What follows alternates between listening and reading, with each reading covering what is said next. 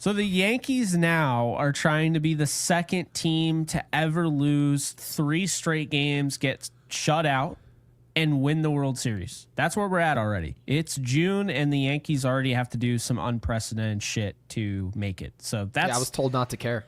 That's where we're at. We got an interesting show for you guys because obviously if you guys show up, if you build it, they will come. Well, if they come, you will build it. And that's how I'm looking at it. So we got a show for you guys today because we already have 56 people in here. God bless every single soul that is in here right now because this is a funeral. It just is right now. I'm dressed for a funeral. 5 consecutive losses for the Yankees. By the way, they've never been shut out of 4 games in their entire history. So tomorrow quite literally will be a funeral if that's the case. So we're going to talk about Boone's quote yesterday about Stanton, or it was today. Either way, he talked about Stanton. We didn't really care for it. Michael Kay had a really interesting take that should probably be talked about more. And we touched on it, but we'll get into that. Boone had an interesting comment about the lineup. Gary has the quote, so we'll get into that a little bit later. Austin Wells had a quote that grinded Gary's gears. If you've ever seen Family Guy, grind my gears. Yeah, Gary was not too thrilled about that quote. And then we'll end it on a positive note because Will Warren looked like an absolute sensation today with 11 strikeouts. And I don't even think any of those 3 runs, maybe one of them should have been earned. I would have given all of those plays errors. I thought the defense absolutely failed him. So we're going to get into it. Before we do, be sure to hit that thumbs up button, please, dear God, because if you don't, YouTube is going to assume that not only did you not like the video, you hated the video, you didn't like Gary's haircut, you hated my backdrop. I already know a lot of people do. I do need a haircut. I also ordered a Magic Mouse today. Dead on arrival. Just never worked. I charged it. No way. Yeah, dead. Well, actually, I shouldn't say that. Like just the Yankees lineup. The scrolling doesn't do anything. So it's going right back in the box. It's dead just like our lineup. So, yeah, as you put it. Yeah, Except but let's start this thing. Right. Yeah. So we'll start off with Stanton. We'll start off with Stanton because things are good with Stanton. We're wasting the Yankees are wasting really good Stanton at bats. But that's a good thing that Stanton is hitting. But it sucks that they're not capitalizing, especially when he puts together a double and you can't drive him in. That's insane. Okay, so I saw this morning actually that Aaron Boone, and people were talking about this all over social media. Aaron Boone essentially kind of gave away the hidden. He said the quiet part out loud. He basically said Stanton's been hitting for 2 months now. So people were like, the hell? What do you mean he's been hitting for 2 months? Like he's good to go? And basically Boone was kind of alluding to that. Now, we don't know for sure what that actually means, but at the same time, there were a lot of people that said, man, good thing Stanton's going to be in the lineup against Boston because we're going to need all the firepower we can get against this team that just seems to have our number. He was not anywhere to be found in Boston. As a matter of fact, he wasn't even with the Yankees in Boston. Nope. So, Gary, my thoughts on this. I hate it. If Stanton was ready to go, I understand being cautious, but 2 months seems like really overly cautious. And honestly, if you're going to be cautious, I mentioned this to you at the beginning of the season. Stanton, his most important quality is postseason. So if you're going to be that cautious, don't even play him until like September and then let him rev up. Why play him in June? Anyway, what are your thoughts on this? Am I justified to be a little annoyed, a little peeved like the rest of social media is? My first thought is, what's the purpose of delivering us information? If you're the manager, and Aaron Boone is always strategic of what he tells us, when he tells us, right, why. And yet, when I heard this, my first thought is, what was the intention behind delivering us this information? And then now we're going to chew on it. Now we're going to say, okay, he's been swinging the bat for 2 months. We have to figure out, does that mean he's been taking at bats? Does it mean he's been swinging off a tee? How do we trust what you're saying? And so when a lot of people told me, hey, Giancarlo seems healthy, he seems like he's taking quality at bats against starters, against guys who are pitching, well, he's going to be there for that Boston series for sure. And the reason they did that was they were placing an emphasis. And Jake, you did this before we went live. You said, oh, he's got to be back for that Boston series. He's got to be back. And I didn't even really say anything to you because my anticipation is that a team trying to win a pennant, a team trying to win a World Series is going to get guys back in the lineup any means necessary in the big series. You're playing the Dodgers, right? You're playing the Mets, right? In these series, you're playing the Red Sox. You want to find a way to have all hands on deck to win these series and send a message. But what it tells me is that it doesn't feel like, and I'm not going to say that Boone had a healthy Giancarlo Stanton on the sidelines, but I'm not sure if he did. I feel like they said, well, we've got good options in Ben Rice. We've got quality options in Paul Goldschmidt at DH, and they're splitting time. It just sort of feels like a nice little relaxing timeshare. That's how I feel, and some people call it a country club. It's probably a little bit exaggerated, but I'm going to tell you, there doesn't seem to be a major emphasis to get guys back on the field the second they're ready. It just sort of feels like we bubble wrap guys and say, oh, well, let's give it an extra week just to be sure, because if we go on some type of losing streak or we lose 1 or 2 games that you might have been able to change, well, so be it. It's just June. It's not that important. And so when we as fans pile into podcasts and we're listening and trying to figure out what's going on with this team, it feels like we care a lot more about this. And I know we don't care that much more than they do because it's their jobs, but it doesn't feel like they care about as much as we do. And so I just struggle to figure out why this information was punted to us. And then now we're just expected to be like, oh, okay, he's been hit for 2 months, and then say nothing about it. It felt like one of those things where he didn't realize what he was saying until he said it. And then, now people are going to react the way they did. And I was one of those people. I normally just don't really take too much. I take everything with a grain of salt when it comes to, pressers in baseball. You have 162 games. That means you probably have, you double that over 300 pressers, right? So more than that, because you have a morning and then you have a pregame and then you have a postgame. You even have a mid-game. He should be used to it. He should be used to it at this point. Yeah. People are badgering him before the game, after the game. Yeah. We're talking spring training. People are asking, they're talking about who's playing left field and competitions, who's coming out of, right? It's not like this many other places, probably not anywhere else. So for Aaron Boone to not be prepared in this moment, it didn't make sense. Am I going to spend 40 minutes on it? No. But did I think it was just poor word choice? Yeah, I really do. I think it just made no sense. It just kind of reeked of Giancarlo's bubble wrapped. We don't really give a rat's ass about that Red Sox series. Like, yeah, we want to win it, but we're certainly not going to put Giancarlo on the field the second he's ready. We're just going to make sure if he does touch the field, there's like no risk whatsoever.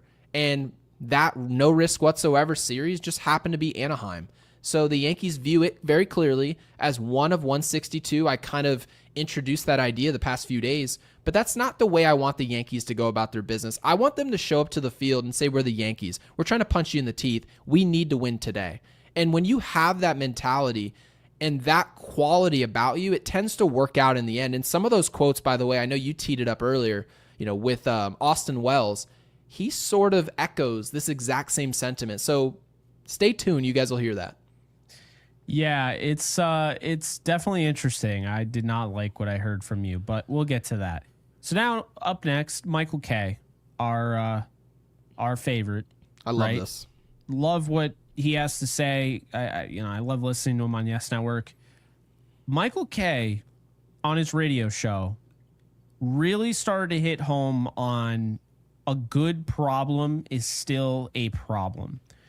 And I think you guys know where we're going with this, but if you don't, he's talking about this rotation that has since become not just you and I talking about what will be, but what is. Because Boone is telling us that, I think you mentioned this, Paul Goldschmidt is like, he's having a rotational effort right now, right? Sure I mean, is. it's interesting, right? Because you have Paul Goldschmidt now who's in the rotation, and you got Ben Rice, and you got Trent Grisham and Jason Dominguez. And now Stanton comes in the mix, and now you don't have that DH to just give to Judge, right? You don't have that DH to just give to Ben Rice. You don't have that DH to just give a guy a half day. And so basically Michael Kay was saying, yeah, just because you have players that are really good in certain roles off the bench doesn't necessarily mean this is a good problem to have, because it's still a problem. And what he meant by that was when these guys are in a rhythm and you're doing this constant rotation, these guys essentially can't stay in rhythm. It's hard. Baseball is a tough sport.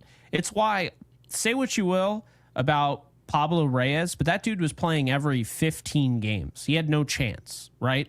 I mean, we know how we feel about him, but you're not going to play fair. quality baseball in that role. You're literally there to you're a plug and play. They're just going to slap you on the side of there and just pray you do anything. And if you do something, I guess if you don't, they're just going to scapegoat you and say, why the hell did he play?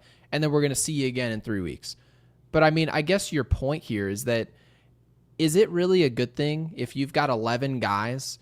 And really, I don't really feel that way. I just feel like guys are kind of stacked up on top of each other positionally. I think that's good the way in the postseason, to have that.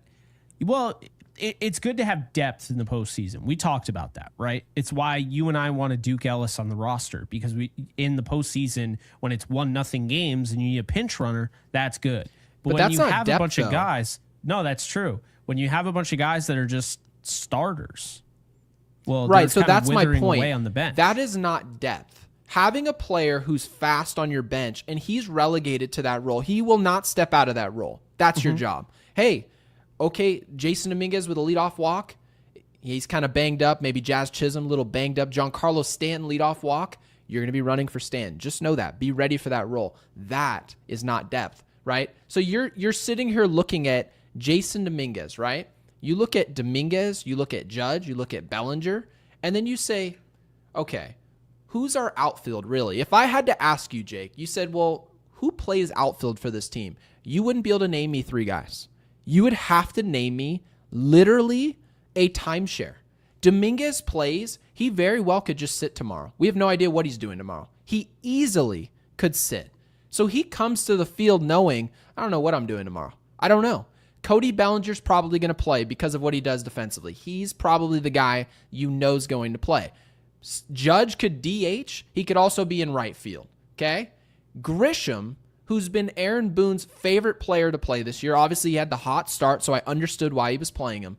But the conclusion here, we continue to call this a good problem to have. The fact that Trent Grisham can just play, and then all of a sudden you've got Jason Dominguez, a guy that you called your top prospect, a guy who is your top prospect, and you're like, oh no, Grisham's playing well. So good problem to have. Hey, Jason, go sit on your behind. And then later on, we'll need you. So stay ready. There's no top prospect in baseball who plays well this way. It just doesn't happen. So I'm not here to just blame, Jake, everything that's happening on the fact that Dominguez is being kind of rug pulled in terms of his playtime. But guys, how is it a good problem to have? Michael Kay said it best. You have good players on the bench. Boone said it best. I've got good players on the bench. There are a couple holes in this roster. Fill those holes by getting rid of some of this excess talent that you keep telling me you have. I don't get this, Jake. I hate it. I do. Did you just happen to see what Daniel Monahan dropped? I don't even think I heard a word you said. I was literally trying so hard, not to. Can I read you. this? Yeah, of course. So, Daniel, with the $200 super chat, we never in a million years thought we would see the day. Daniel, we thought we lost you. We thought Daniel pulled the plug on the podcast. Daniel, this is incredible. Thank you so much for that. He says, I lost the bet in the chat with Sir William Wallace. Yes, William has been talking about it for the last 2 days. Don't you worry. Downer. Yeah, we got to have some merch someday of Willie Downer. That would be awesome. But over the Red Sox series, that was embarrassing, by the way. I'm very sad we had to be reminded. 3 shutouts in a row is embarrassing. Why can't the Yankees play basic baseball? Shaking my head. So again, Daniel, we really appreciate you owning up to the bet. And to answer this question, I'm going to say this. The Yankees can't play basic baseball, or at the very least have a higher baseline of expectation, because they don't take these games as serious as you'd like them to take. The only person who I actually liked post-game was Cody Bellinger. Cody Bellinger said, yeah, we have to fight, and I hate it. It sucks. He was talking about the emotional pull of having to go through this as a player. That's what I want to hear. And if you put a mic in front of Giancarlo Stanton, who's, by the way, hitting well, he would give this exact same answer, Daniel. So to answer the question, they have a low baseline because they honestly don't believe June 17th is just that important. They just kind of know, well, we'll turn it on. We've got Tampa behind us. We've got Toronto behind us. And if we turn it on and we're hot at the right time, we'll go where we need to go. And I think that's a poor habit to have, and I think it's a reflection of our leadership. I really don't like the whole, and this is why most people don't care about the post-game stuff, because it's the, yeah, you know, I'll be good for my teammates, you know, it's one of 162, and you know, the I trust the guys here, and you know, I like last Baseball's year the worst, man. It's so bad. I mean, I don't like football either. Yeah, we just didn't have it today. You know, we were in the red zone, just couldn't score, and yeah, you know, we'll go back to the film and try to get better at it. Like, should they abolish this? Like, just absolutely. There's dude. no reason to hear from Aaron Boone. Like, no reason to hear from these guys. Hear me out. The only reason they have it is for the reporters, right? Because the reporters have to write their articles, because they're going to put those quotes in an article that kind of summarizes the game. They already have secret access to these guys. They have Zoom meetings. I know this.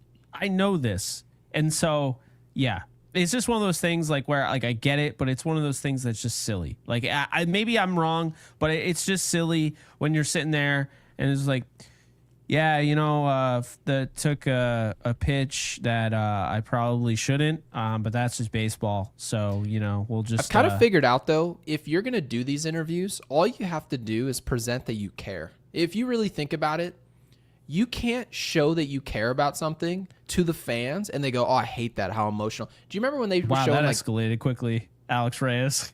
Yeah, I mean, given what's going on, Alex Reyes with Lord. the 2. He was like, yeah, World War III can't come fast enough after this. Maybe this is the sign everything's coming to an end. The Yankees just have forgotten how to hit. Right. So, yeah, anyways, Stanton Alex... had a double? Oh, my God. We're in trouble right now. We're Alex, in we trouble. appreciate the super. Yeah, this is an embarrassing... There's no way for us to sugarcoat this. It's an embarrassing moment of baseball, and no one seems to really give a rip. They just kind of feel like this is just baseball, right? And we're going to get into the quotes from Wells, like I said earlier. Everyone pretty much is echoing the same sentiments, and we have to wonder why. I mean, we really don't have to wonder, but people are just like, oh. No, hear wait, me out. you're joking? No, because he was in the World Series. He represents the AL. So think about this. There is a possibility. I'm not saying this will happen, but what if the Yankees never scored another run until the All-Star game? He would still have to be the manager. Yeah. That's he could be fired. He could be. Has anyone ever been fired and then they're forced to represent? Probably not. Could you imagine? No, there's no way. Yeah. And by the way, it's going to be him. We and know Joe Torre. he wouldn't be fired. Yeah, he wouldn't be fired. It would just never happen. It's just not. And by the way, I think Boone is a good manager. I just don't think he. You know, I don't think he knows how to get guys back on the horse. I think that's my biggest gripe with Aaron Boone is when you fall off the horse, you need someone with some balls. And like, he has fire. He'll go get ejected. He'll stand up for guys. But will he hold them accountable and be like, no, this isn't good enough? Just get better. I don't see it. Boone reminds me of Kyle Shanahan, but he's more likable. Like the players more like liked him by his players? Yeah. Okay. Yeah, well, because Boone is loved by the players. I mean, well, to be fair, the fans also call, you know, Kyle Shanahan Lyle. They don't like him either. 49er fans hate him. So really? Yeah. Okay, I didn't know this. I just came off a NFC West roundtable, and in the comment section, they're like Lyle Shanahan. Like, 49er fans do not like Kyle Shanahan.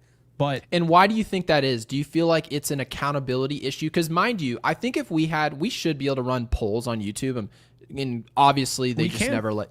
We can run polls. Not in the chat, I don't think. But oh no, yeah, No, we definitely can. We should be able to run polls. Why are we not running a poll every time? We can do Q&A. We can do... All right, let's do a poll. All right. What would you like?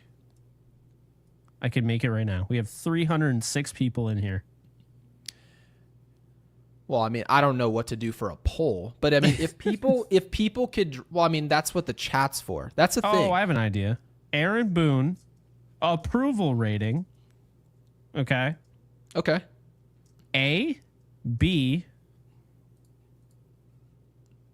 We'll do C/D. And F, fired.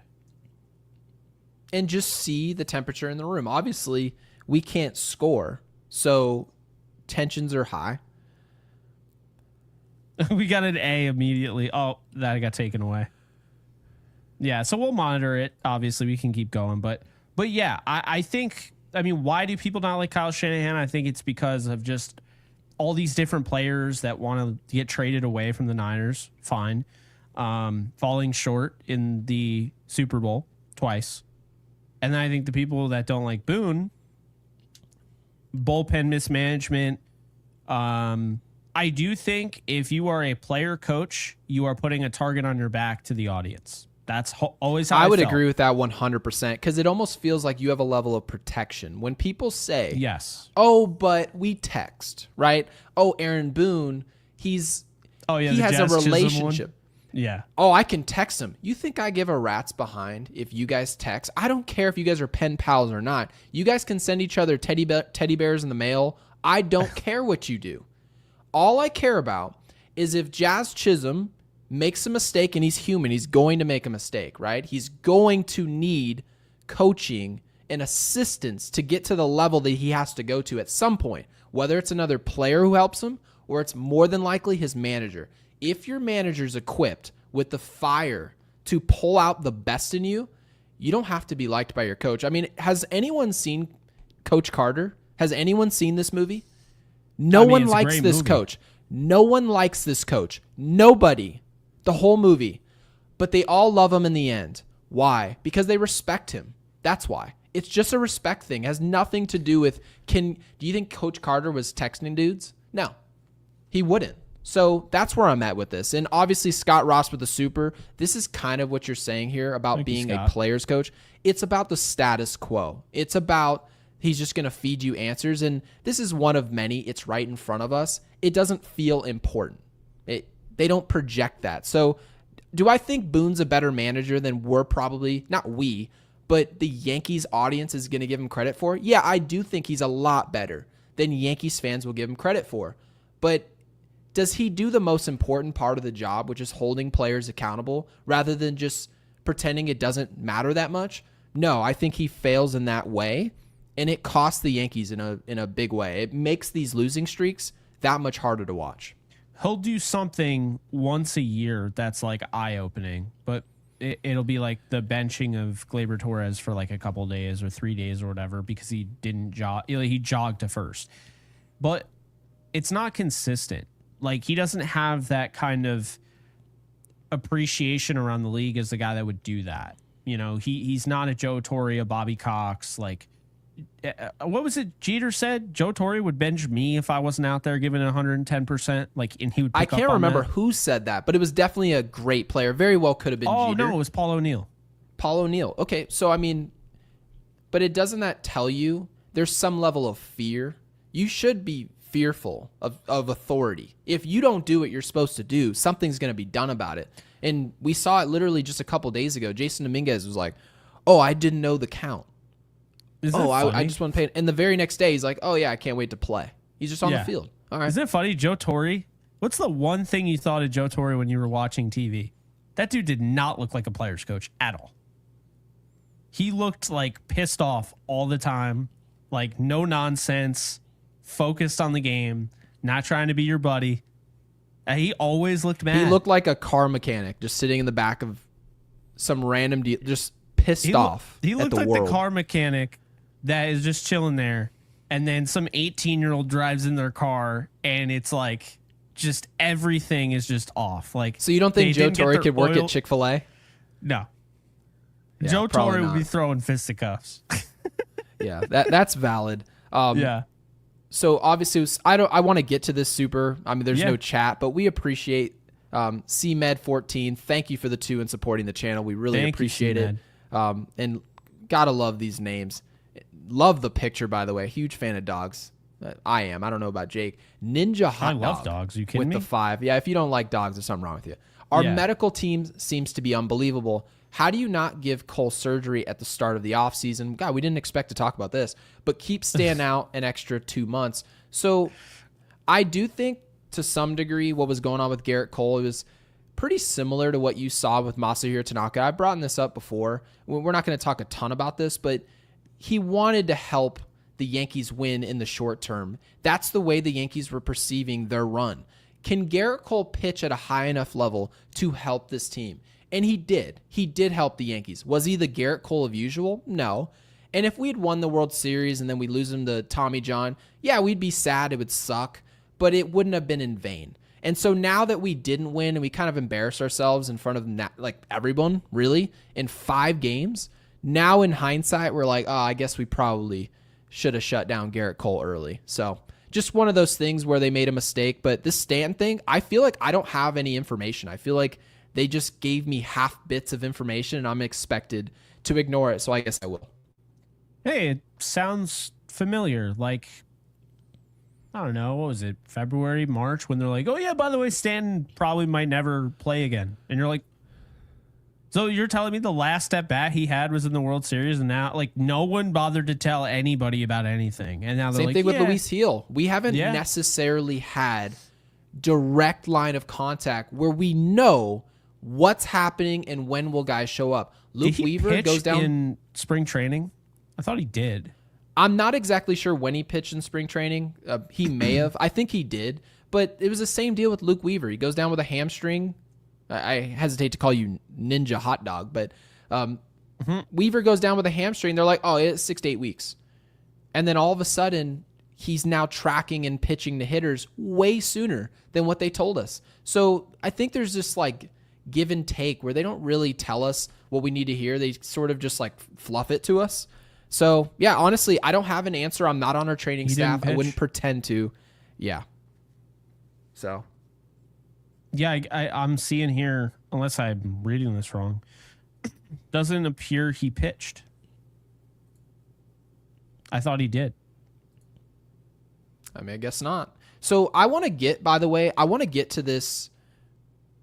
So we already got to Michael K. We probably should talk. I mean, I guess we wasted Will Warren. I mean, total waste, right? It was a waste. Awful. He was what great else is new? They're doing it with every pitcher. Clark Schmidt gives him almost 8 innings. Nope. Yeah, I guess we can just catch up on some of these supers. Michael with the 5, thank you for that, says the summer slumps and embarrassing Little League errors started with Boone. Why are Boone and Cashman untouchable? So I'm just going to go ahead and just tell it to you straight. They're untouchable because they just are. They're part of the old... It's like Aaron Boone was hired because he was well-liked. Okay? And mind you, he's still a smart baseball mind. He's no dummy. You don't get hired as manager of the Yankees because you're stupid and you don't know baseball. But when they got rid of Girardi wasn't married to analytics. He wasn't going to not necessarily allow analytics to steer the ship, but you need to be able to make some of your decisions based on analytics and then a hybrid. You need to be a hybrid manager. Use your mind, your baseball mind, all your knowledge, but also we need you to account for these analytics. Girardi didn't want to do that. That's why when he's in the booth, you don't hear much analytical talk. You hear a lot of feel, right? You hear a lot of, I feel like I would have done this and maybe, right? So not the way that the Yankees are currently managing. So when you ask, why are they untouchable?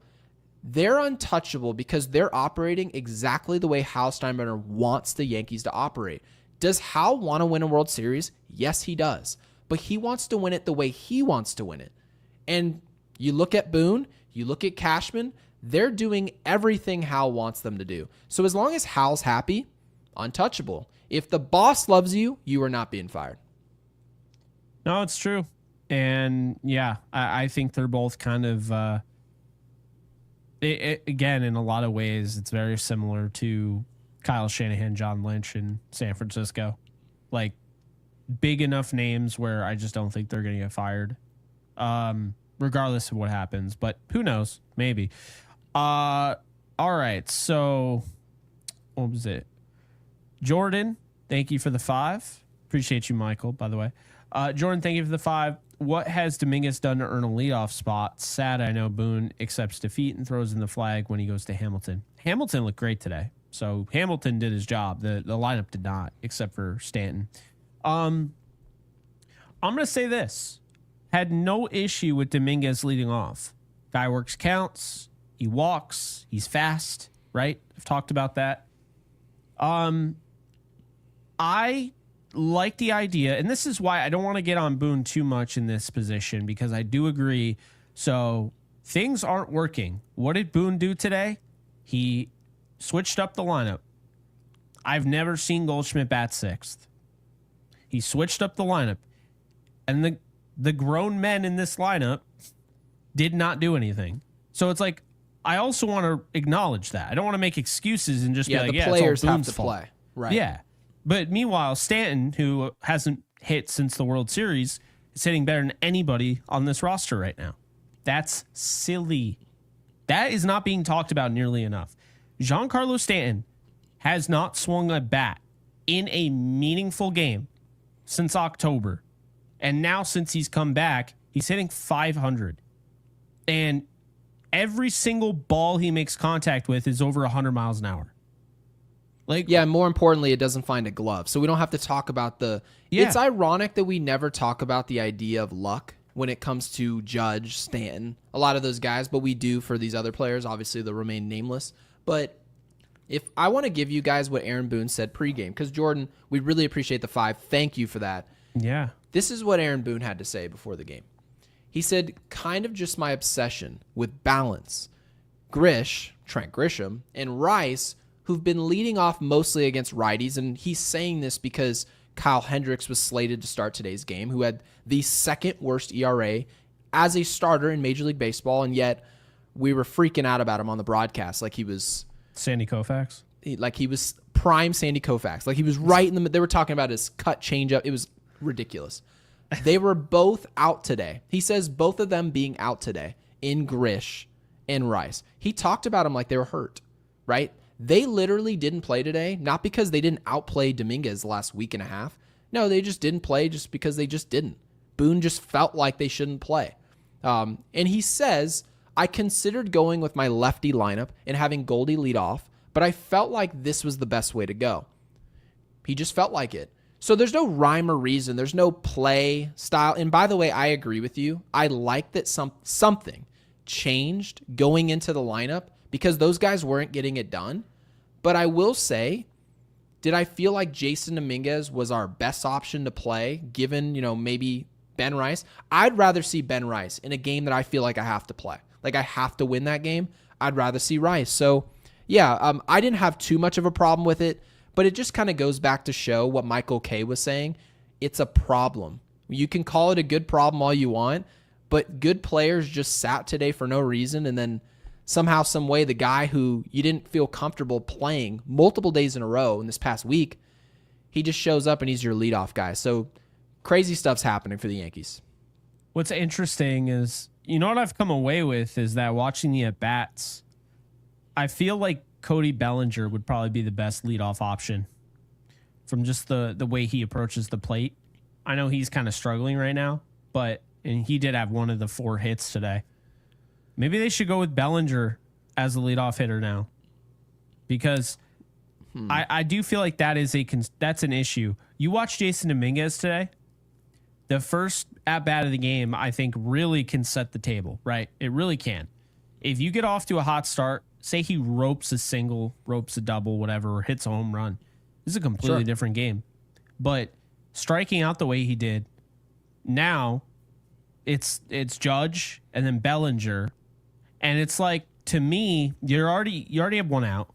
Judge isn't swinging a hot bat right now. He's not. That average has gone from, wow, he might hit 400 again, to now it's 372. So Judge is not hitting he's not swinging a hot bat. I mean, you could argue that going with, because I understand why you'd want Stanton in the cleanup role, but you could argue Stanton as the 2-hitter, Bellinger as the 1-hitter, and then Judge see, I feel like Boone is too focused on going lefty, righty, lefty, righty, lefty, righty. One thing I don't like about that is that we've talked about this. Bellinger, Jazz Chisholm, I believe, who's the other one that has reverse splits? These guys have reverse splits. So who cares about going lefty, righty, lefty, righty, lefty, righty? You know what I'm saying? No, I understand what you're saying. It's more of, so I don't know if I necessarily care who they decide to lead off for this team. I don't even really think I care. But when you do look up and you look at Jason Dominguez, who's hitting 236, his ops is league average. It's 705. Okay. Mm-hmm. At some point, you have to ask yourself, is this just that he's not that good? Or was it a mistake riding out a hot streak of Trent Grisham? Right. And mind you, Trent Grisham gave us a lot of output. He did. There was production there. That's a real good question. I understand why Aaron Boone made the decision to play this player, because we were all saying he's Trent Grisham Bonds. He was saying in spring training, I'm going to play him more. That this is something I want to put emphasis on. And out of spring training, an opening day and that opening series, and as we went on, you said, hold on a second. I think Aaron Boone saw something that's working. I think Trent Grisham's answering questions of what's different, and he's riding high. But all while, Michael Kay and all the crew is saying, oh, this is a good problem to have, right? And they're not necessarily subscribing to it, but it's the message out there for the Yankees. We've got depth. But if some of the depth you have that's not playing because you have all this talent, you're telling me, is your top prospect, how's he going to develop if he's just one of many? If he's just one of 4 options you've got in the outfield? I think that's a major misfire by the Yankees. And this is my conclusion. I believe the Yankees should have made a decision right away. Is Jason Dominguez going to play every single day the exact same way we did with Anthony Volpe? Or are we just going to trade his behind? Those should be the only 2 options you have, because there's no reason for Jason Dominguez to be considered your top prospect when he's really just a depth piece. And then if he takes the position and he's so electric as a timeshare player, what, you're just going to start playing him more? I don't see how that works for a young player. I think that's a mistake, Jake. I love how you kind of doubled it back to what Kay was saying, because, I mean, that's essentially what he was saying. Right. That's part of it, right? It is kind of what we talked about off air, and why I was like, we went off air 2-3 days ago, and I said, I wouldn't be surprised if they traded Dominguez, because I kept thinking, I'm like, I understand Spencer Jones strikes out a bunch, but this team has also shown in the past they don't care about strikeouts. Aaron Judge struck out over 200 times. Do you think they care? No. If he's slugging, they don't care. But in addition to that, if Dominguez is the worst fielding left fielder in the league, which according to analytics he is, yep, and Spencer Jones, they see him as a plus fielder, Gold Glove level outfielder, really good athleticism, and it goes back to, I'm glad you brought it up, Anthony Volpe never sat. He never took any time. He never split time with anybody. When Why they did that called happen? up Anthony Volpe, well, do you remember what they tried to do? They tried to say that it was like they were doing us a favor type deal. Remember that? I don't remember them saying they were doing us a favor, but would you agree that they were how saying they acted?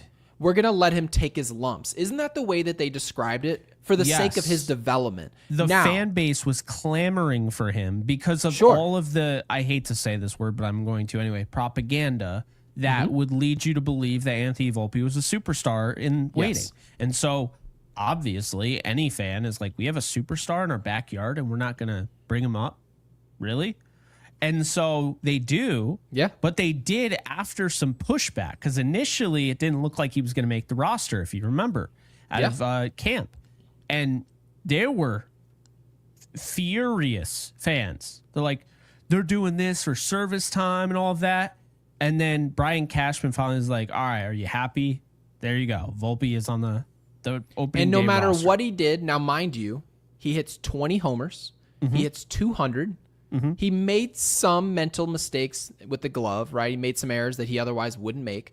But no matter what he did, he didn't come out. The Yankees very easily could have signed depth at shortstop and said, well, it's a good problem to have. If Volpe's got it going, we put him at short.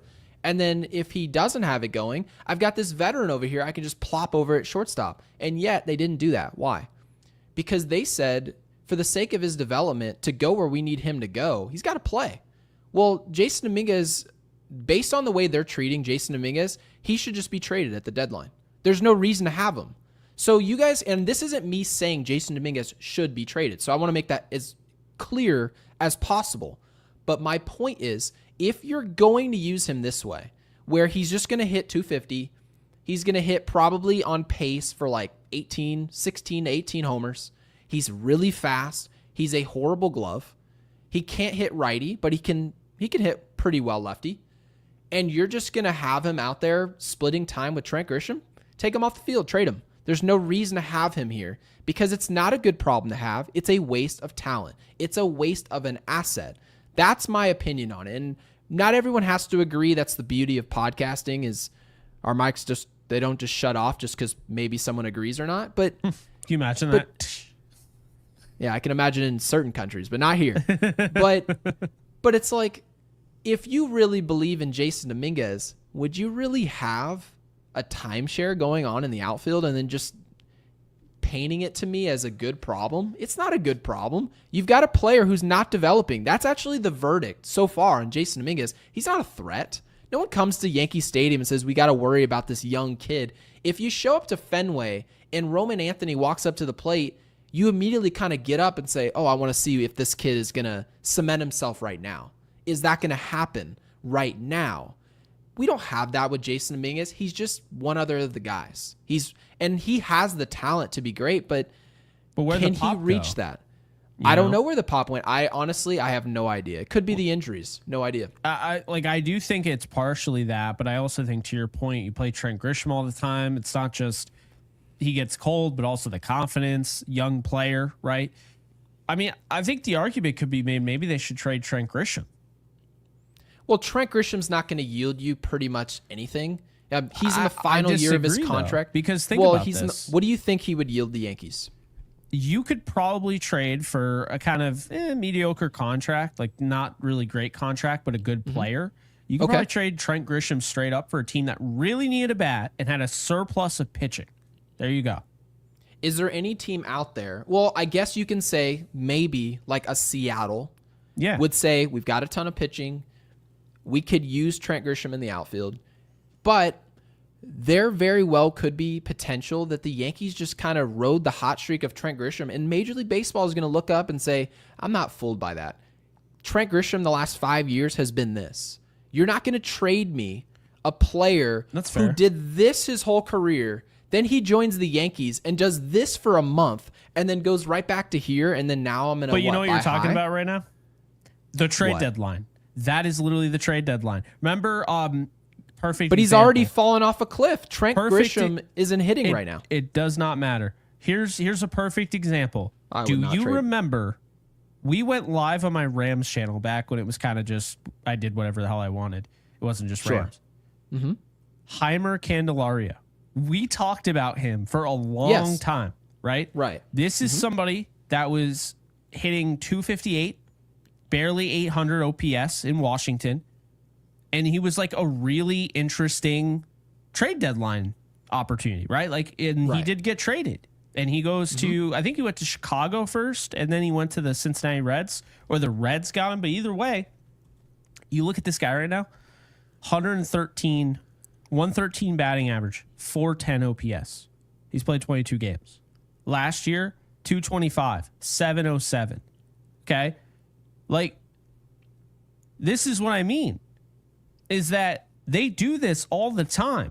This is the trade deadline. You can trade a Trent Grisham type of player because teams are that desperate. It's like, think about it like this, okay? You really, really want this product, whatever it is. You really want it.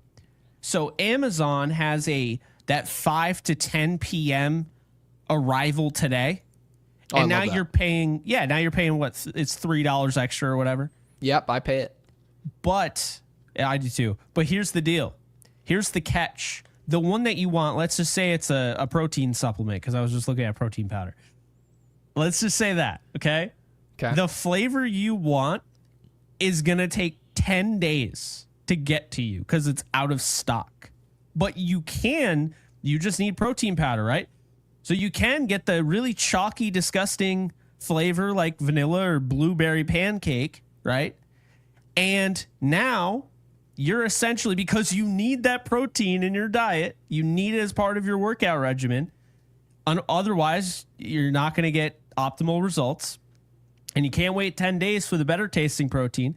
You're spending the same amount of money, but you're actually spending more because it's going to arrive. So you're paying the $3 go that day, and you're not getting what you want. You're just if Trent getting. Grisham gets a trade, if Trent I'm telling Grisham you. yields us value at the deadline. Now, if there's a team in Major League Baseball, mind you, I'm as happy as anyone for what Trent Grisham's doing. I am. Yeah. But I am a firm believer, if somebody is trading for Trent Grisham thinking that he's like, oh, he's going to be our Tommy Pham addition at the deadline, I think that is a major, major mistake on the part of whoever is trading for him. Now, mind you, if the Yankees could do that, then great, because you get him the hell out of the way of Jason Dominguez. Now, if you don't think Jason Dominguez is a good enough player, you just asked me where the pop went, right? And that's a valid question. The pop is not there. He had a 3-homer game, but overall, he's not slugging right now. And so you have to say, why is that happening? If you think he's not going to be a star, there's no reason to have him. There's just not. And he still has value. He's young. He's projectable. He's obviously got the speed.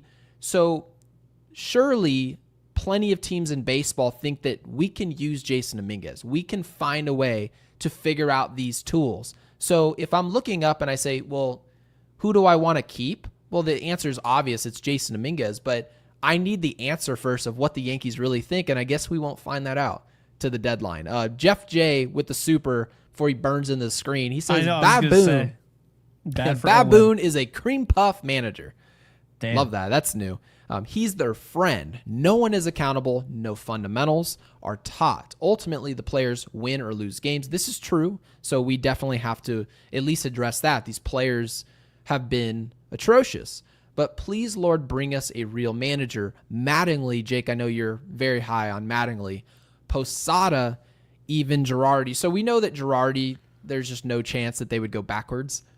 But yeah, no, they wouldn't do that. That would just never happen because it would Michael just Kay? essentially... Oh, my God. No. How about your dad? Still no. No. So, yeah, I mean, I understand the frustration because when you watch this, especially during losing streaks, you're trying to figure out who to blame. And the players just don't seem to be just kind of echoing the person like the head of the snake. And you ask the boss, and the boss isn't our captain. I know that people want that to be the case, but your manager's your heartbeat. He just is. He's sort of the first one in front of the cameras. He's there pregame talking, right? He's still there postgame. He's talking all day long in spring training. He's helping make decisions with the roster. He doesn't make them, but he helps. It's a tough job. And old school managers just tend to be more fan friendly. They tend to have their heart on their sleeve a lot more often. And Boone doesn't have that. He's actually, from Garrett Cole today in the booth, when they were like, what do you like about Boone? He was like, took him like 40 minutes to answer the question. Well, it takes him 40 minutes to answer anything, to be fair. He is a bad interview. He really... I feel bad.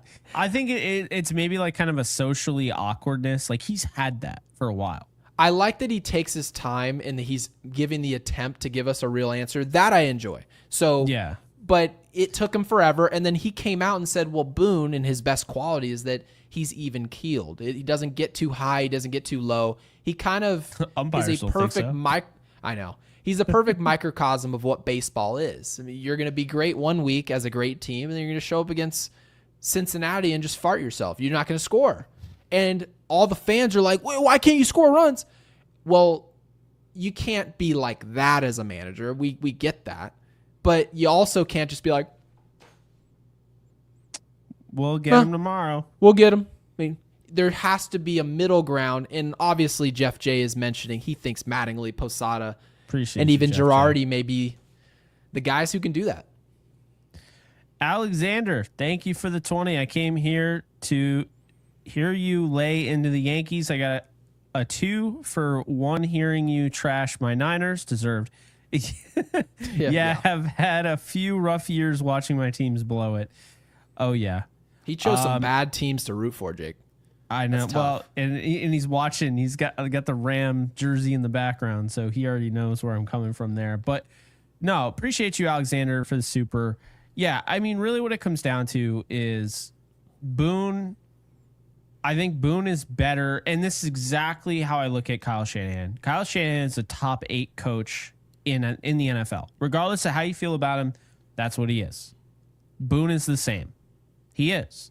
Now, the NFL, there are way better coaches than there are managers in the MLB. I stand by that. But Boone is still a good coach, and Kyle Shanahan is a good coach. Boone's issue, similar to Kyle Shanahan, is that he can't get over the hump. But it also, and they are different. Don't get me wrong. They're not exactly the same. Like I said, Kyle Shanahan, he has like that heat behind him that Boone has against managers or against umpires. Kyle Shanahan has that against his players, against the media. Boone doesn't really show that fearsome thing against the media unless he's doing the slamming of the table. Do you think Yankees fans would like that? Because obviously, Brett Gardner was doing that, right? And there were a lot of people who weren't fans of the Yankees who were just blowing up my phone. When Brett Gardner was just destroying the top of our dugout with his bat. That looked ridiculous. I'm sorry. It looked very stupid, but I will tell you, 100% of the people who liked it were Yankees fans messaging me. Everybody else was like, looks so stupid. Now, if Boone was Lou Piniella, for example, he was just a hothead who just sprints out there. He's super old school. You literally saw Ron Washington on the other side. Ron Washington on the other side is as old school as they come. The last time we saw them, he just refused to pitch to Aaron Judge. He did. So, yeah, it seems like Ron Washington kind of knows what he's doing. He does. Hey, Ron Washington is a great manager. Okay, he's old. He's been around for a while. But people forget those Rangers teams. That close. That was the brutal. Giants. I was rooting for I them. felt bad for him. I was rooting for the Giants because of my grandpa, but I felt bad for him. He seems like a nice guy, and he seems like an old school, like you mentioned, old school baseball guy, doesn't overly use analytics. I don't think he used a lick of analytics. He would go out there with a heater if they let him. I guarantee you. There's no way. If they would let him, he would go out there with a Marlboro. Guaranteed. Oh, absolutely. I wish they would, because they were going to ban tobacco. Why can't the managers smoke in the dugout? They should have banned tobacco the moment Jarrett Wright got hit in the face with remember that? No, I don't. He was pitching for the Yankees and he swallowed the tobacco because he got hit so hard in the face. I don't remember that. No. You don't remember that? No, I don't. I feel Probably bad, PTSD but that's the from all only this thing other I remember. Stuff, no. That's the only thing I remember from Jarrett Wright's time with the Yankees is that he got pelted in the face while chewing tobacco. Interesting. I remember CC Sabathia. He would just throw in chompers. Oh, yeah. Well, who's the other guy? Kyle Farnsworth, I think, did it. Mm-hmm. He did. Yeah. I witnessed Kyle Farnsworth punch the hell out of a wall. You've never seen anything. You've never seen. Same thing with Kevin Brown. I've seen Kevin Brown walk into a clubhouse and just crow hop a punch straight into the wall, just like straight through the drywall. Unbelievable, dude. Some of these dudes. Why the rotation on his motion, like his pitching motion, was just bizarre. Who, Kevin Brown? He would be staring at second base. Yeah, he was like, dude, that would be way too distracting. I'd be like, by the time I turned around, I'm like, oh shit. Like, I'd have no idea what I was doing. I already know Yankees fans, like today, if he was pitching for the Yankees, they'd be like, how about looking at the catcher? Like, it's so easy to make that the scapegoat of why he doesn't know where the ball's going, but seem to work for him. Love language, passive aggressive, very interesting name. Well, I guess equals passive aggressive with the Super 5. Thank you for that. We really appreciate it. And Apex, as usual, thank you for the 2. Says this game is like watching old people be intimate. No comment. But yeah, it's a horrible brand of baseball and it doesn't feel like people care. So yeah, it's been bad. Sugar Honey Iced Tea with the 5. We really appreciate it. Thank you. Says, I'm going to say something controversial. We love that. I'm glad you are. Says, I feel that while Judge is a great player, I don't think he is a good captain because he's afraid to be tough. So I'm going to disagree with you. I think he's the exact same way of Derek Jeter. I do. I think it's the exact same brand. I don't think it's any different. And I'm going to tell you why. When people look at Jeter, they say, oh, well, like he's the reason that all this goes. And it's the reason that they're able to get over the hump. And certainly like the clutch hits, that certainly has a lot to do with it. But when it comes to leadership, Jeter was quiet. He didn't say a whole lot. And when they put the microphone in front of him, it was strikingly like Aaron Judge. Well, I mean, you know what? We're just going to do this and then we're going to do that and we're going to see you tomorrow. Turn the corner. And so that would frustrate people. But you know why it didn't frustrate us? Because we were winning. If the Yankees had won the World Series in 2024, you guys think we give a rip what if Aaron Judge is outspoken in the clubhouse? He's a leader. But we're not winning. It was a combination of Aaron Judge and Stanton because he'd have his moments where he'd be like, we lost. I don't care. Which is absolutely a great thing. But you also have to remember there were times when Alex Rodriguez was just the butt of all jokes and Yankees fans were not huge fans of him, right? He was getting booed a lot. And at that time, Derek Jeter very easily could have been like, hey, kind of not lay off of him, but he could have kind of softened the blow a little bit. People were kind of criticizing how Jeter was going about his business there. Now, mind you, I wasn't going to tell Derek Jeter or anybody else wasn't going to tell him how to go about it, but it tends to, when you're soft-spoken, it tends to look really good while you're winning. And when you're losing, people are like, where's the whip? Where's the mean guy that we need? So I don't really agree with this assessment. I think Judge is just an all-time great player that right now is just in the midst of a team that just can't get it done. Yeah, I mean, I think also when the captain came out, because I mean that was a great docu-series. Yeah, it was awesome. I feel like the captain coming out has since kind of added more to Derek Jeter, his persona, where he looks more rah maybe than giving credit for. You know what I mean? Throughout his career. Because in the captain, he had those moments because, I mean, it was him. It was about him. It's his personality.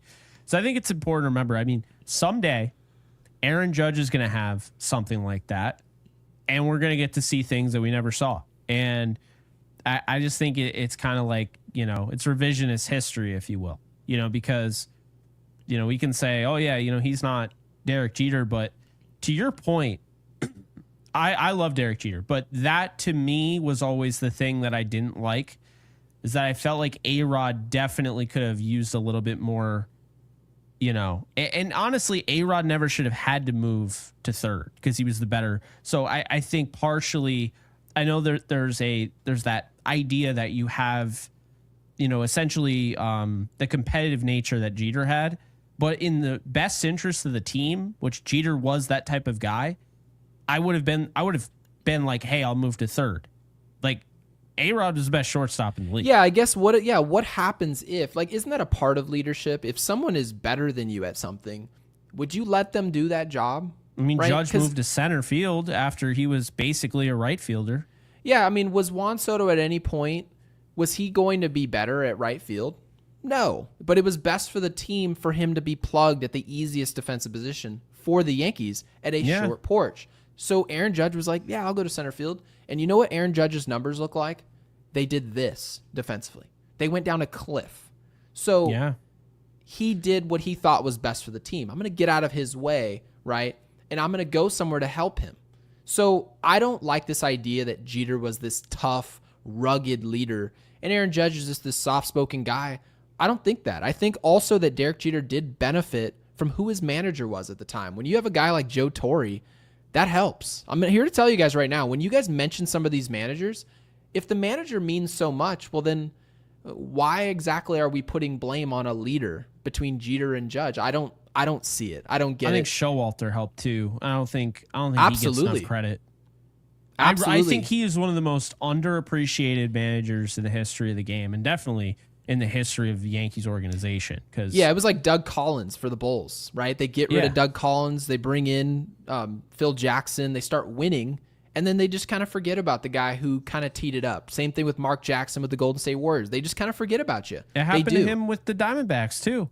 It's unfortunate that that's kind of the way that it shook out, but everyone kind of knows he's a great manager.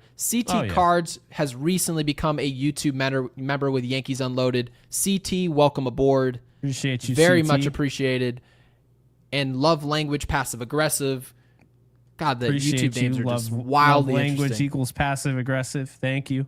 Yeah, thank you for becoming a member. Greatly appreciated. And Scott Ross has always been, he's been great for this channel. Scott, thank you for the 5. Says sometimes you need change for change sake at the top. And I kind of agree with this. I do. Give a nice little change of scenery, of flavor. 8 years, we've digressed. So need a new voice. Whether you like Boone or not, it's not working. So I'm curious about what Scott thinks. Is he saying that it's not working? We did win a pennant, and I'm not saying that this is an excuse, but I'm curious if Scott feels like, okay, is that working? If we won a pennant, say this year again, and then we had the brakes beaten off us again. Last year, Jake, when I asked you, your answer unequivocally was, if we win a pennant, yes, I want to win the World Series when we get there. That's not going to change. But if we win a pennant, I think Boone's job should be safe. Long story short, we do win a pennant. Regardless of how we got there, we lose in hilarious fashion. And then we start over, right? Feels like we're just starting over from scratch. If we went out and, say, won a pennant again, is that now considered not working? That's my question. So I don't know that it's not working, but I feel like the Yankees' overall baseline for regular season baseball, they don't really have high expectations of themselves. And I think that's my biggest problem, and not even so much October. Do you feel like, to a degree, maybe baseball, because we've seen teams like fire their manager and actually stay the course. I mean, a good example is Joe Girardi, and then Rob Thompson takes over, and they still have success. Do you think it should be more like the NHL? Because NHL, we see it all the time. NHL coaches get fired in the middle of the season, go to another team, and then another coach goes to that team. And both coaches have success on other teams getting that, essentially that change of scenery that, essentially Scott is alluding to here. A really good example of this, by the way, his name is Bruce Cassidy. He was the coach of Boston, the Boston Bruins. They were dominant, right? Dominant team. But they could not win a Stanley Cup, right? They just could not do it. And they lost to, ironically now, I think the Florida Panthers won it all, or they're getting close to it. They lost to the Florida Panthers, I believe, in the first round.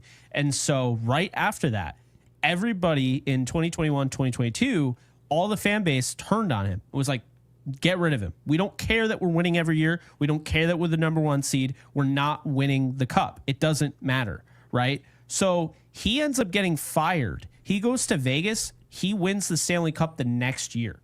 So it is one of those things where sometimes, I feel like the NHL kind of has, it's weird. It's different. It's not like the MLB, but the NHL, this is kind of the norm where a coach will he'll get fired. He'll catch on to another team. It happens during the season.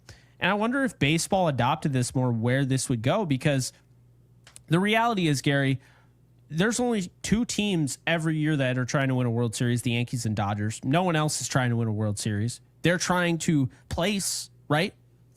You go and you bet on the horses or whatever. They're trying to place. If all those other putting teams together a top 3. If they lose in the championship series, they're going to say, "Look how far we got." Yeah. If we got to the World Series, look how far we got. That's They're their betting conclusion. the place. But That's the what they're Dodgers, doing. if the Dodgers lose at any point before hoisting another World Series title this year, they're going to say, "Well, that was a waste of time. That sucked." Yeah.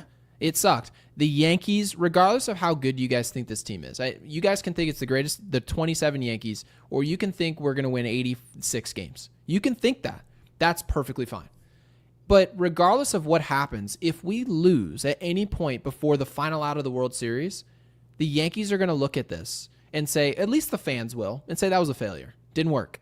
And now we're going to start looking at Kyle Tucker. Can he make the difference? Or can this other arm, right? Skeens, when's he available? You start looking, it doesn't matter who they are. The Yankees fans are going to view it as a failure. So just for forewarning here, Aaron Boone is not in jeopardy of losing his job. I want to make sure that's abundantly clear. He's not going to be fired. You mentioned what's happening with the NHL. The Yankees aren't run that way. regardless of what they're doing. If they want to do something different, if it works for them in that league, maybe it does. But the Yankees also have to view it as, who's going to be our replacement, right? Is that replacement going to be better than Aaron Boone? Is it going to bring us to the place that we want to go? And if they feel like the answer is no, they're never going to make that move. So how long does this go? Scott thinks it's gone on long enough.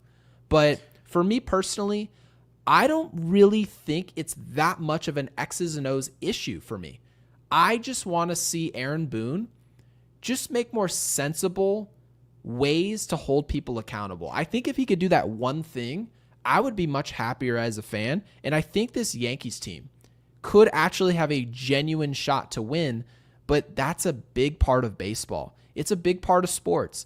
Can you hold the best players on your team accountable? Not Aaron Judge, right? These are guys who are going to be going into the Hall of Fame. But when guys don't know the outs, right? Guys like Ben Rice are trying to steal third base with 2 outs. Jake, you literally told me before we went live, you're like, why did we even try to do that, right? These are things that the players should be afraid of Boone seeing them do that. They're not afraid.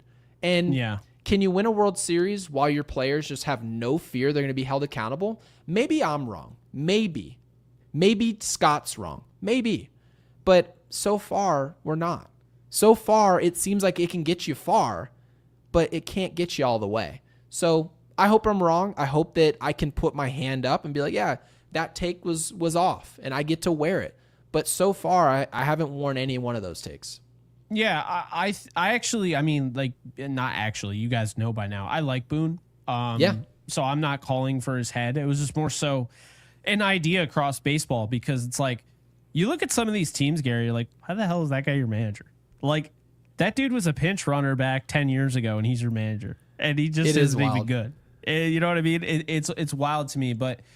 No, I look at like this league right now. Who is the one authoritarian that you think of that is a manager right now? Because there's only one that comes to mind, and it is Robbie Thompson. That's it. That's fair. I would also say I feel like Bruce Bochy would just scare the hell out of me. Oh, and mind you, he's retiring. Yeah, that's fair. So he would scare the hell out of me. If I did something, I'll tell you this. If I was playing the guy for Anaheim. Schilt? The guy for the Padres, he'll kill you. Oh, he will. But, I mean, Boone has shown also that he can scream at guys. There's a difference, right? But Ron Washington, I think if I was running at second base and I was like, oh, that's the third strike. Let me start jogging back. Oh, wait a minute. Oh, and I start going back to second base and I'm out. My first thought is, oh, wow, all these fans saw me do that. But also, there's no way in hell I'm staying in this game. Ron's going to rip me a new one. Wait till I get back in there. As soon as you get back in there, this is how it goes, guys. Ron would look at you and be like, hey, man, you're too good for that. We're going to have Timmy go out for you. Shit.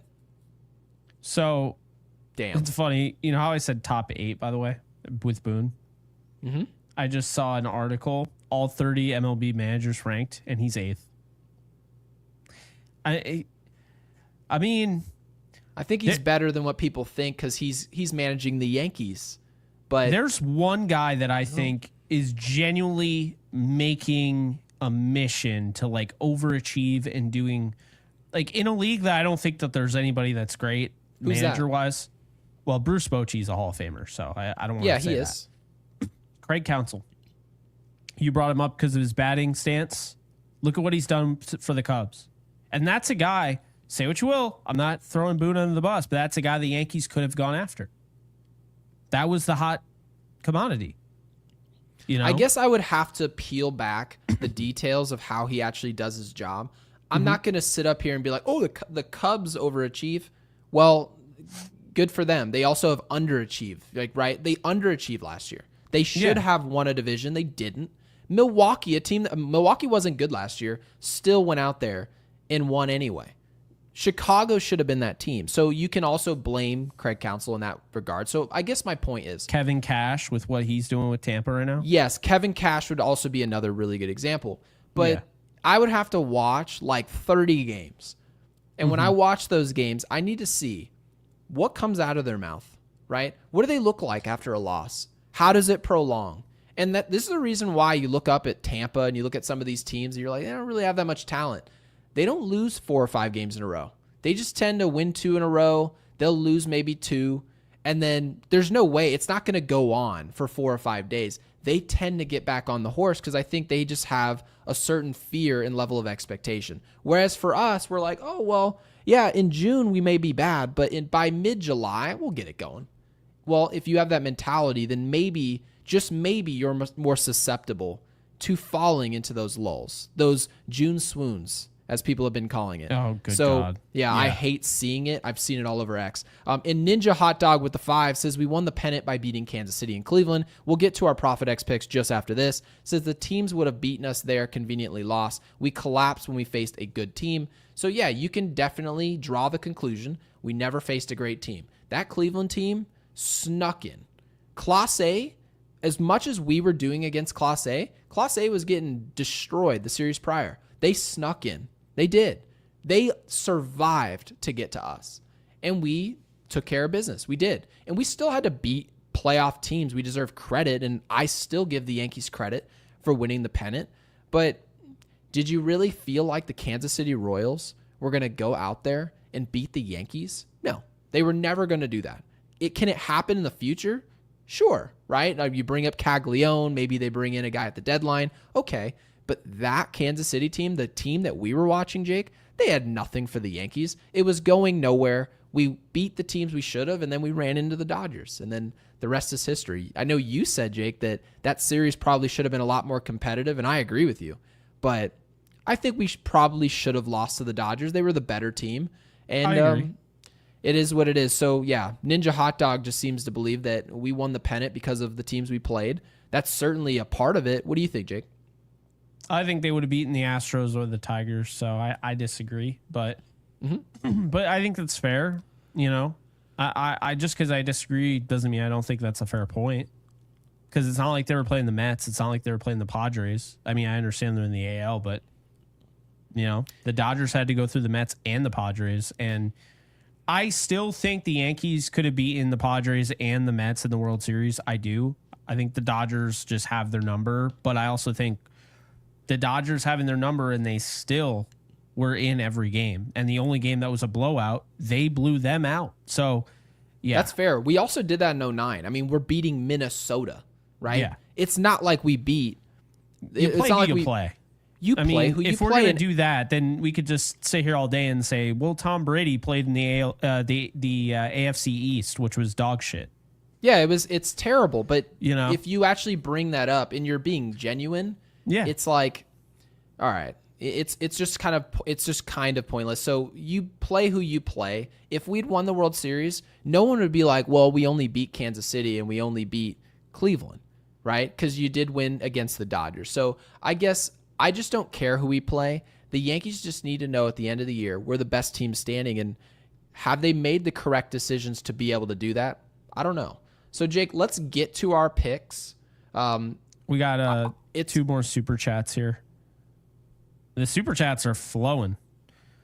Sure Scott, are. Appreciate you. The truth is, if Hal opened the checkbook, that's how the game changes. I don't know we can get there until he does. See, I don't entirely agree. Like, I understand where your thought is at, but like, I feel like this team right now, this iteration of this team, yes, we can talk about what they've done the last 5 games, but let's not ignore what they've done, you know, the last, 65 games, right? And the reality is this team has shown the ability to beat anybody except for really the Dodgers. So I'm not going to just kind of change my opinion on this team. Yeah, in Boston. I'm not going to change my opinion on this team over 5 games, but I understand like where he's coming from. And yes, if you open the checkbook, it would help for sure. But this team can win the World Series the way they are, just like last year's team could in 2022 and 2017 and 2019. The margin for error is that slim. When you get there, you can do it. They came close, no cigar. Keep in mind, there are a lot of great teams in the NBA, but the Golden State Warriors won all those championships. Only one team can win, right? You look at the Houston Astros, they were essentially the Golden State Warriors during that run. You might say, well, you know, that's kind of ridiculous and making excuses. But that's just the reality of it. It's not a crapshoot, so I definitely don't want it to make it sound like it is. Extra innings with the new rules is a crapshoot, but Yeah, Playoffs something gives you the edge. There is a something. There's a recipe to why certain teams win, whether it's their manager, whether you want to say they have more offense and they can have better situational hitting, whether they have better starting pitching and you're kind of relying on bullpen guys. You can blame a ton of things as to why the Yankees didn't win a World Series the past decade. You can.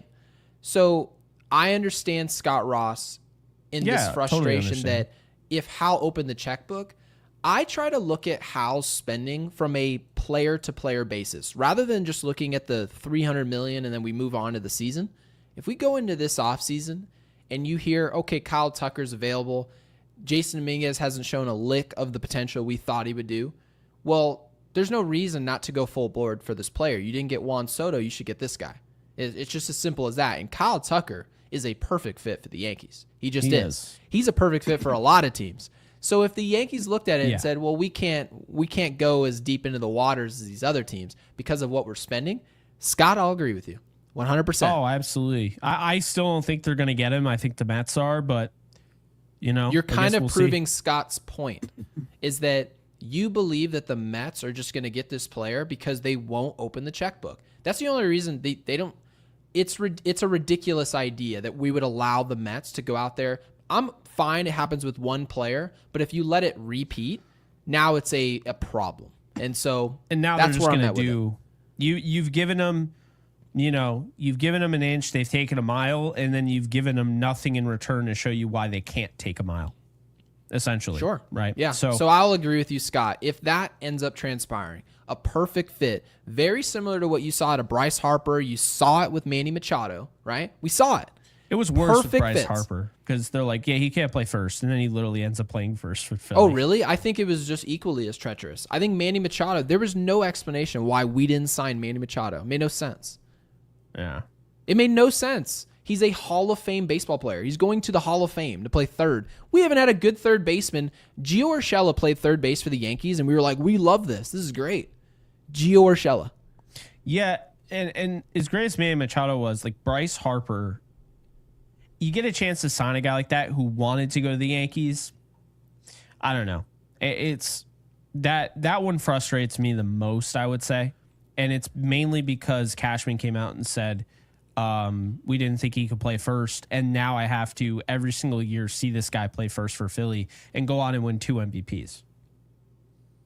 Yeah, I mean, it was terrible. And Sugar Honey Iced Tea, love the name. Thank you for the 2. Says, I think Jeter didn't like A-Rod, so didn't defend him.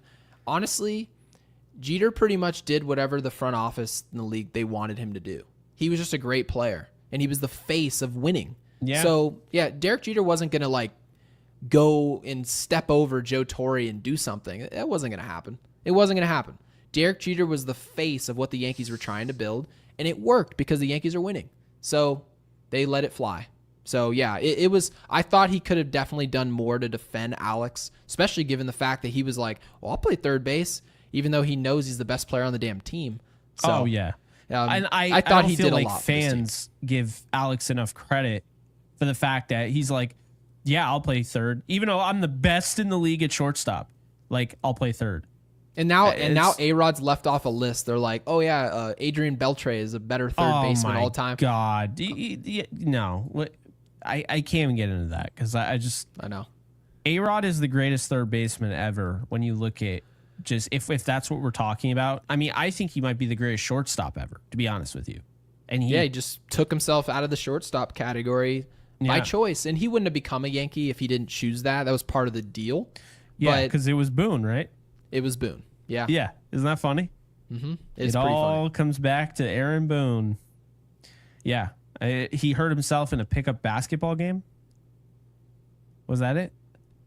Oh, I have absolutely no idea. Or was it a skiing thing? I don't remember, but he hurt himself. I don't know, but you're not allowed to ski technically for the Yankees. That is a technical rule. Really? Yeah.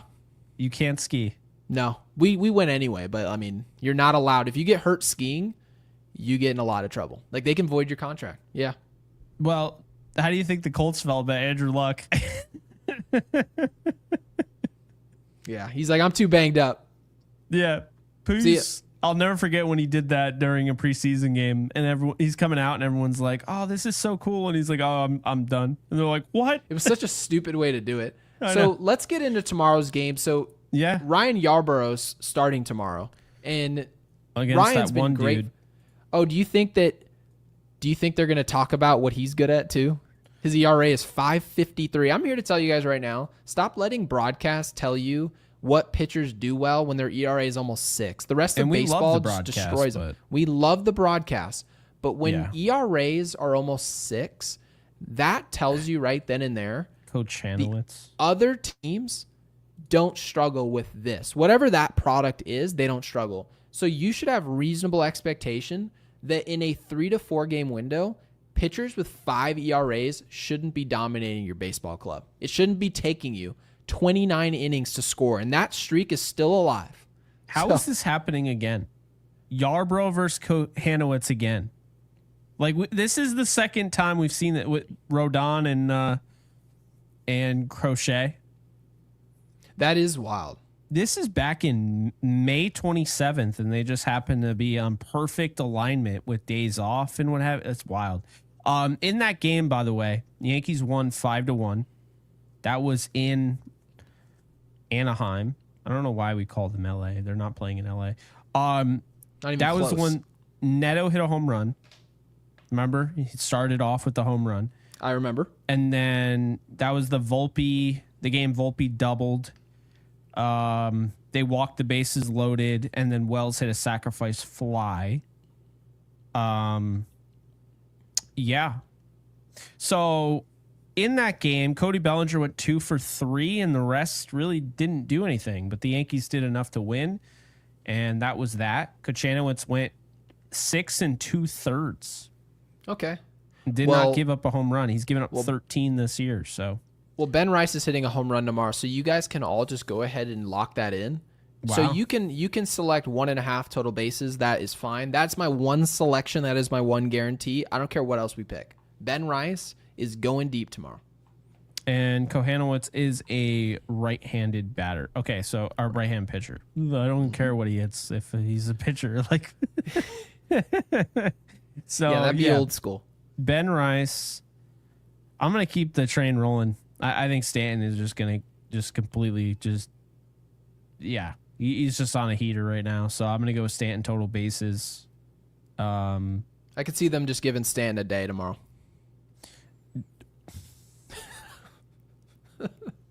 I'm really sorry. I'm conditioned. But If they give him a day, a good problem to after have. losing 5 in a row, and he's the only one that's contributing right now. yeah, it's a great problem to have. We've been told. I'm I'm just here to extend the message to you guys. So I hope that you listen to my words. Yeah, that's smash your head against a wall territory. That would make me so angry. I'd be pissed. Okay, how about this? I think I know what I want people to drop in the comments before you go. Please drop what your starting 9 would be, and don't tell me who you would put in the rotation. Give me your 9 best guys. If we had to win a game tomorrow, who plays?